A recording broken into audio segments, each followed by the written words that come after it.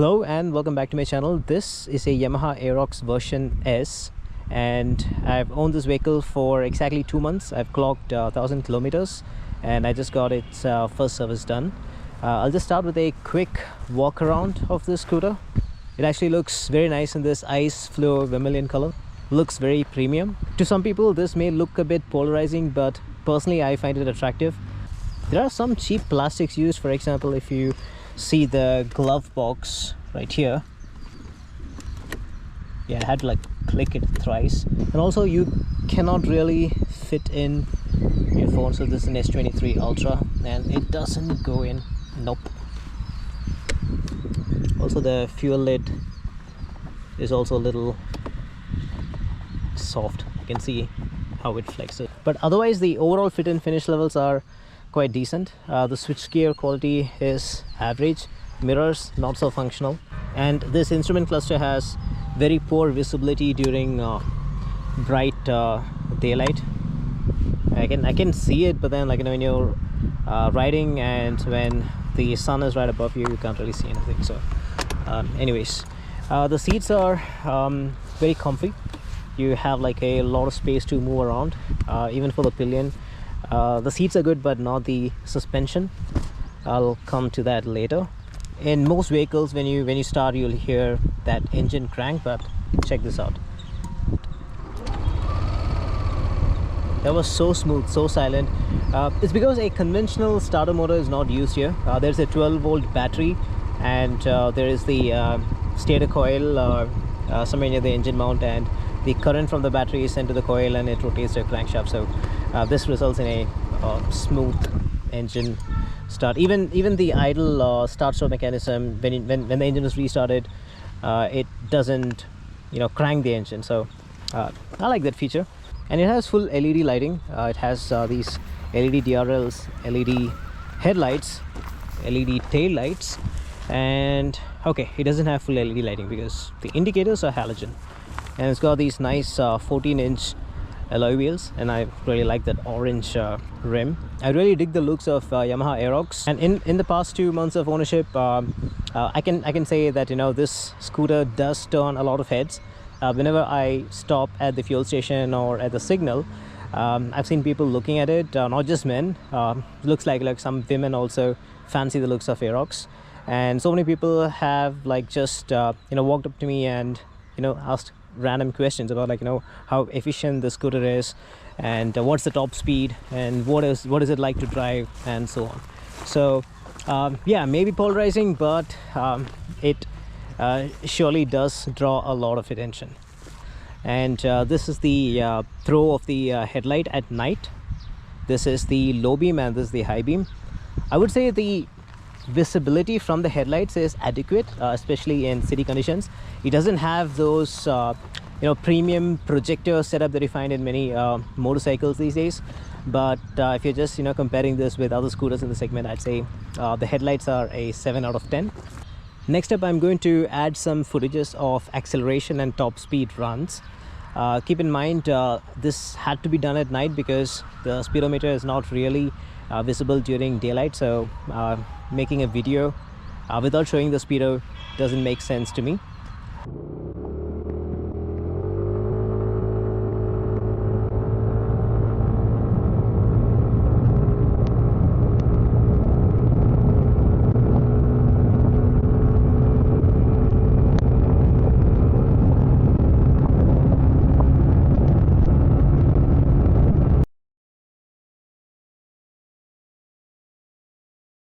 Zero to 100 took about 17 seconds, speedo indicated, but there is a speedo error of 4% at 100 kmph. And adjusting the speedo error, this takes about 18.5 to 19 seconds to 100. And this was done on a flat road, and my weight is close to 90 kg.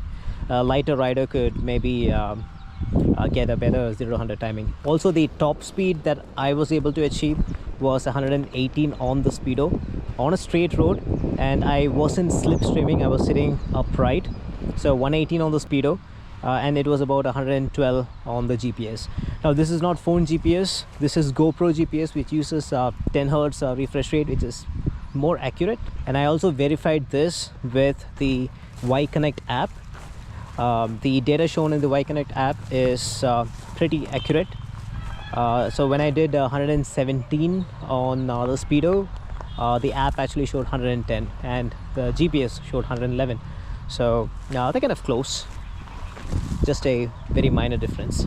Next up is the fuel efficiency test, and for this test I filled the fuel all the way till the brim of the tank, and I reset the fuel economy reading on the speedometer and the trip reading, and I rode the scooter within the city for 70 to 80 kilometers.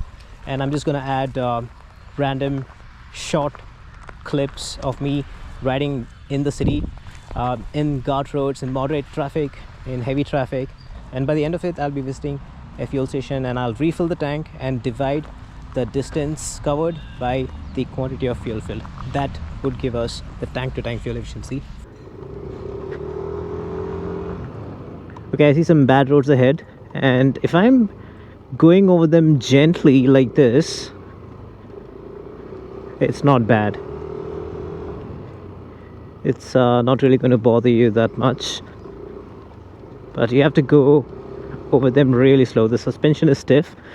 Yeah, that wasn't too harsh, to be honest, but I hear metal on metal contact from the front suspension, so something is not right. I haven't really faced any issues while going at high speeds on the highway. The vehicle felt quite planted on the road. Great stability even at triple digit speeds. So if you're in a city where you have to go over broken roads like this every day, then the suspension is definitely going to bother you.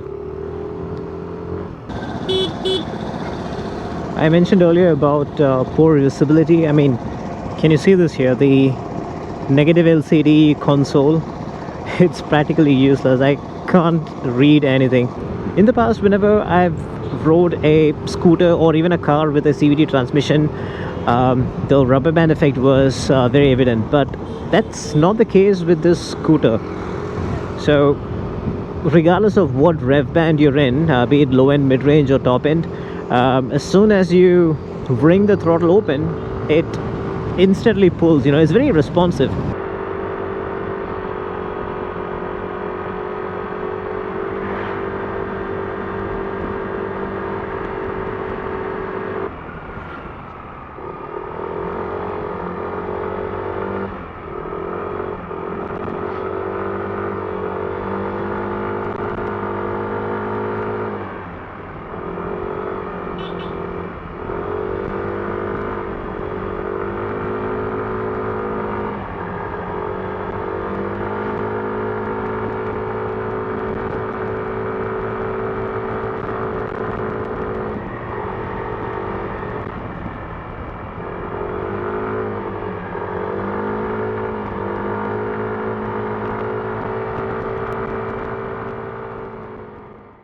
After riding 77 kilometers in the city, I stopped to refill the tank, and it took 1.71 liters to fill the tank all the way till the brim.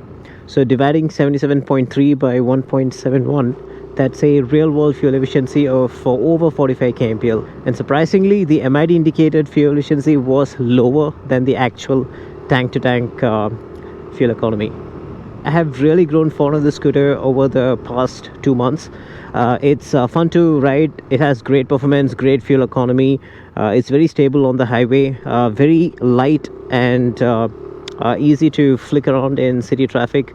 So there are a lot of positive things going for it. The only main negative that I could think of is that front suspension.